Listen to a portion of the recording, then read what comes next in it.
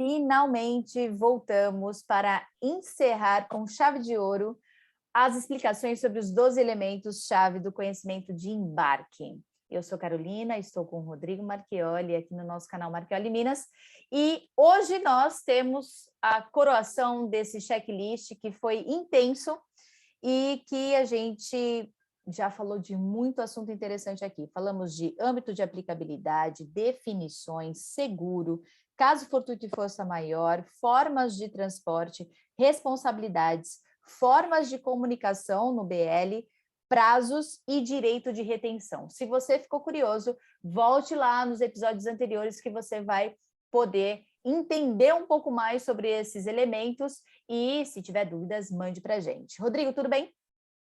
Tudo bem? Vamos lá. Tudo bem. Bom, o 10º elemento é indenização. Isso é um item que faz parte do contrato de transporte, né? Sim.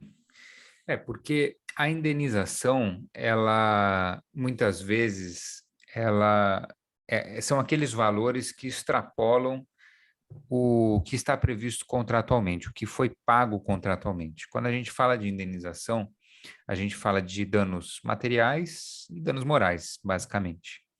Então, muitas vezes, as indenizações, elas extrapolam o valor do frete, por exemplo. Você contratou um container por $2.000, $3.000, vamos supor, né, chutando aqui um valor, e você pode causar um dano muito superior a esse valor, né? É o caso da sobreestadia. A sobreestadia é um tipo de indenização. Agora, o que é interessante a gente notar é que quando o conhecimento de embarque ele fala de indenização, ele fala dessas situações que o transportador ele pode ser indenizado, mas também fala de que caso o transportador ele seja penalizado, seja condenado ou obrigado a pagar a indenização, que a sua responsabilidade seja limitada, seja limitada. Então, existe um referencial internacional que é apresentado pelo Fundo Monetário Internacional, que são os SDRs, os Special Drawing Rights, né? Que é vamos dizer assim, é um valor que foi criado com base num depósito que existe perante o Fundo Monetário Internacional, e a partir daí os transportadores, não só os transportadores marítimos, mas os transportadores aéreos também, eles se valem dessa prerrogativa para limitar a sua responsabilidade. Então, quando a gente se depara com conhecimento de embarque, a gente vai ver essas duas situações. Quando o transportador tem que ser indenizado, e aí a gente está falando de danos materiais, danos morais, e limitações de responsabilidade do transportador. Aqui, novamente, a gente poderia trazer o ponto que a gente trouxe no vídeo anterior em relação à reciprocidade. Então, é muito difícil essa relação com o transportador, porque ele tem muitas prerrogativas, amparadas, inclusive, por convenções internacionais. Tudo bem que algumas delas, o Brasil, por exemplo, não ratificou, justamente porque o Brasil ele é um país predominantemente constituído por usuários, por exportadores e importadores, e não por transportadores. Então, as últimas convenções que se tentaram internacionalizar, o Brasil não ratificou. Mas existe sempre essa pressão ou essa tentativa de se limitar a responsabilidade do transportador. E uma delas vem justamente no conhecimento de embarque. Beleza. Indenização também, para mim, desses 12, eu escolheria uns 3 para fazer um episódio só sobre eles. Indenização é um que eu acho que daria também uma boa discussão, né, Rodrigo? Eu tentei ser rápido aqui, mas se a gente for pegar no detalhe, tem muita coisa para ser vista, porque essa parte de indenização, a gente poderia, por exemplo, se fosse pegar uma cláusula, se a gente pegasse os tratados internacionais, se não me engano é a Convenção de Montreal, que foi a última, assim, a mais recente, ou uma das mais recentes que se tentou regular sobre esse assunto internacionalmente, a gente vai ver como existe uma tendência realmente de limitação de responsabilidade quanto à indenização em favor dos armadores. Então, é um assunto que leva muito à discussão, porque não pode haver essa limitação. Por exemplo, a gente também poderia diferenciar aqui responsabilidades ou indenizações, casos de danos a pessoas e danos à carga. Existe um consenso internacional, principalmente na Europa, já existe isso bem consolidado na jurisprudência europeia, de que não pode haver limitação de responsabilidade caso haja danos contra pessoas, caso seja necessário indenizar pessoas por morte ou por acidentes que ocorrem com a tripulação, alguma coisa assim, o transportador ele não pode ser, não pode ter a sua responsabilidade limitada para indenizar. Agora, em relação às cargas, tem muito debate, tem muito debate. No transporte aéreo é ainda pior. Eu acho que no transporte marítimo tem menos brecha, eu acho, porque o Brasil, por exemplo, não foi signatário, não aceitou esse tipo de limitação.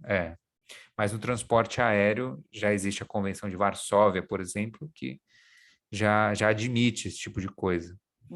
Então é um assunto que, se a gente for pegar casos concretos também, a gente vai ver como existe uma disparidade, porque às vezes existem danos muito grandes que foram causados e que o armador, o transportador, ele quer limitar a sua responsabilidade de indenizar. Maravilha.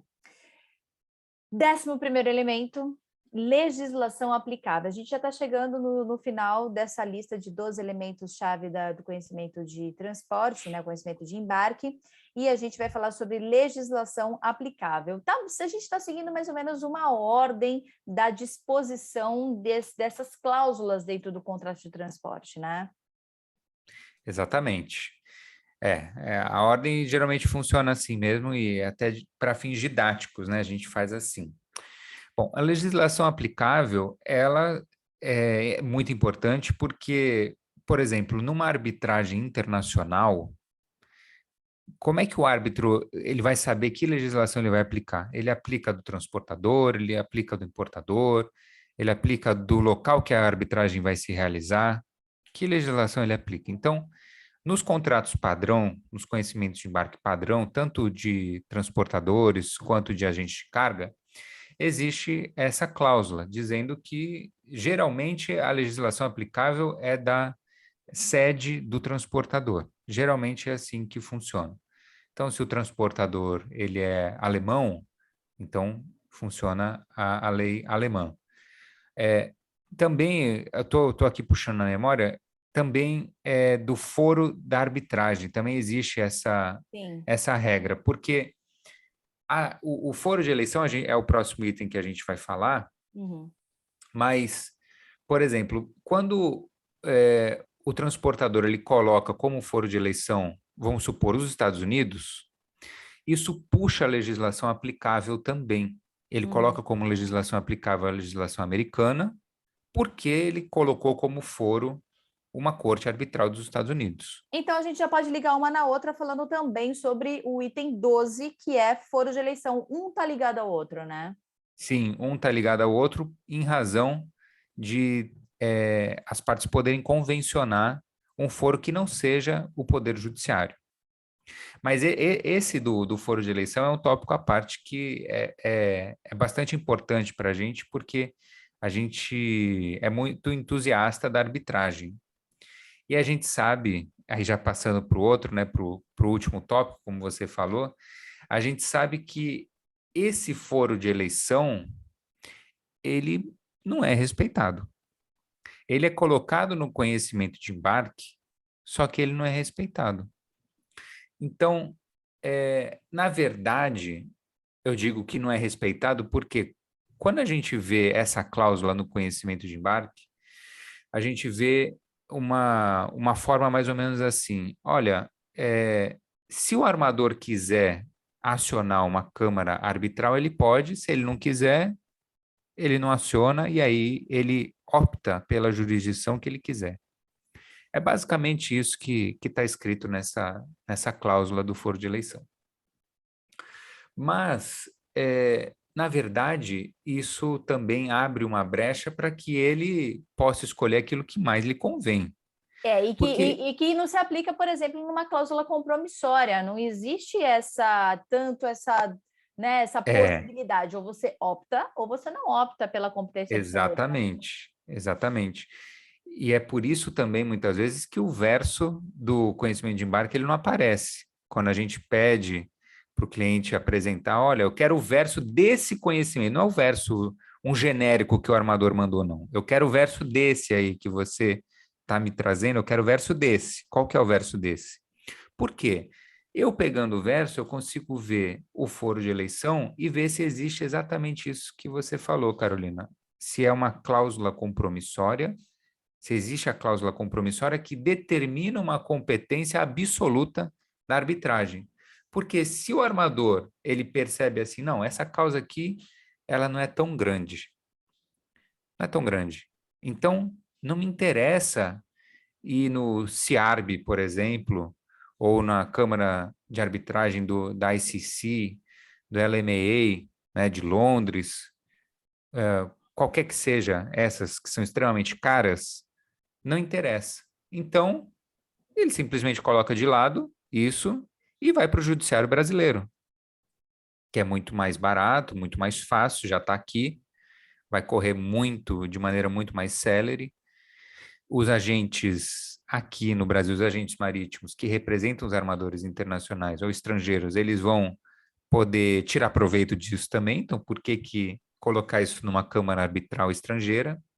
Então, são uma série de facilidades que levam a, a esse tipo de escolha, ou essa margem de escolha. Mas se a gente fosse analisar essas cláusulas mais a fundo, talvez não houvesse essa possibilidade, porque quando você indica uma câmara arbitral, você estabelece uma competência absoluta em relação àquela câmara arbitral. Você coloca a câmara porque você quer que ela seja utilizada. Você não colocou ali como algo também aleatório. É porque você prefere que os seus conflitos sejam resolvidos pela arbitragem. Então, essa conveniência de ir para a arbitragem quando tem uma causa maior, mais complexa, e não se confia no judiciário brasileiro, por exemplo, e se vê que realmente tem que se colocar na mão de um árbitro especialista para resolver aquele conflito, às vezes um conflito muito grande, envolvendo muitas pessoas, que requer uma perícia, requer realmente um especialista para resolver, aí vai. Mas quando é uma sobreestadia de 100, 200 mil reais, que para o armador não é grandes coisas, né? Se a gente, principalmente se a gente colocar isso em dólar, aí ele prefere o judiciário brasileiro. Então, é muito importante a gente saber qual que é o foro de eleição. O que está escrito nessa cláusula? Para a gente poder interpretar se é uma competência absoluta de uma Câmara Arbitral ou não. Porque se ajuizada a ação no Brasil, o réu que está sendo cobrado do transportador, ele pode invocar a incompetência daquele juízo. A gente já teve casos aqui no escritório que tivemos oportunidade de fazer isso, de pedir que fosse declarada incompetência absoluta e tivemos sucesso. Então, é muito importante analisar isso para que a gente possa definir realmente se é cláusula compromissória ou não. Sim, e só me veio aqui à cabeça a questão da legislação aplicável e o foro de eleição, que também tem algo relacionado com a questão da nossa legislação brasileira, que também define como a residência onde ocorreu o fato, né? Onde houve o problema, né? Também tem essa possibilidade. Eu acho que é isso que traz muitas vezes há um problema de demurrage, a carga foi descarregada lá em Paranaguá, mas o destino era Santos, por exemplo. Aí fica aquela discussão, mas espera aí, o que regula isso? É o conhecimento de embarque que vai dizer? É aonde descarregou? É o destino da carga? Então, tudo isso tem a ver um Sim, pouco aonde eu vou ajuizar a ação de cobrança, por exemplo? Será que ajuizaram no foro correto, né? Eles estão entremeados, né? Sim, é porque na maioria dos casos o conhecimento, o verso do conhecimento de embarque, ele é ausente. Ele é ausente. Então, o juiz ele também não busca isso. Essa que é a verdade. Ele não exige que seja apresentado. E seja apresentado de maneira traduzida, de maneira clara, legível, traduzida, como exige a lei. Aliás, diga-se de passagem que a lei, o Código Comercial, exige que seja apresentado o conhecimento de embarque original em qualquer discussão. Nesse aspecto, o Código antigo de 1850, ele é bem claro. Ele é bem claro. Bom, mas diante dessa ausência, então o juiz ele passa a se valer de regras gerais de competência que estão previstas ali, se eu não me engano, no artigo 53, acho, do Código de Processo Civil, eu não tenho certeza, mas é por ali, no começo do Código de Processo tem essas regras. Então ele vai ver, uma das regras, onde foi cumprida a obrigação, isso que você falou. Então é essa que é a legislação aplicável, que é o foro. Então se descarregou em Santos, então o foro competente é o de Santos. Mas isso deveria ser um segundo momento de análise. Qual que é, qual que é o foro de eleição que está ali? Aí sim, é essa que é a análise correta. Porque está se queimando uma etapa. Isso vale para qualquer contrato. Bom, por isso que eu falo, um contrato de locação, um contrato de compra e venda, um contrato de prestação de serviço, você vai ver qual que é o foro de eleição. Você vai respeitar aquilo. Por que não acontece isso no contrato de transporte? Fica a pergunta para quem quiser responder. Deixa no ar. É uma ótima essa deixa para a gente encerrar o nosso checklist de 12 elementos-chave do conhecimento de embarque. E se você quer sugerir temas, assuntos que sejam relevantes, que você vive no seu dia a dia e gostaria que a gente aprofundasse a discussão, mande para a gente que a gente está super à disposição. Sigam a gente, clica aí no sininho para acompanhar as novidades e em breve a gente volta com mais temas de direito marítimo, comércio exterior, comigo e com o Rodrigo Marchioli. Obrigada, Rodrigo. Valeu, até Até mais. mais.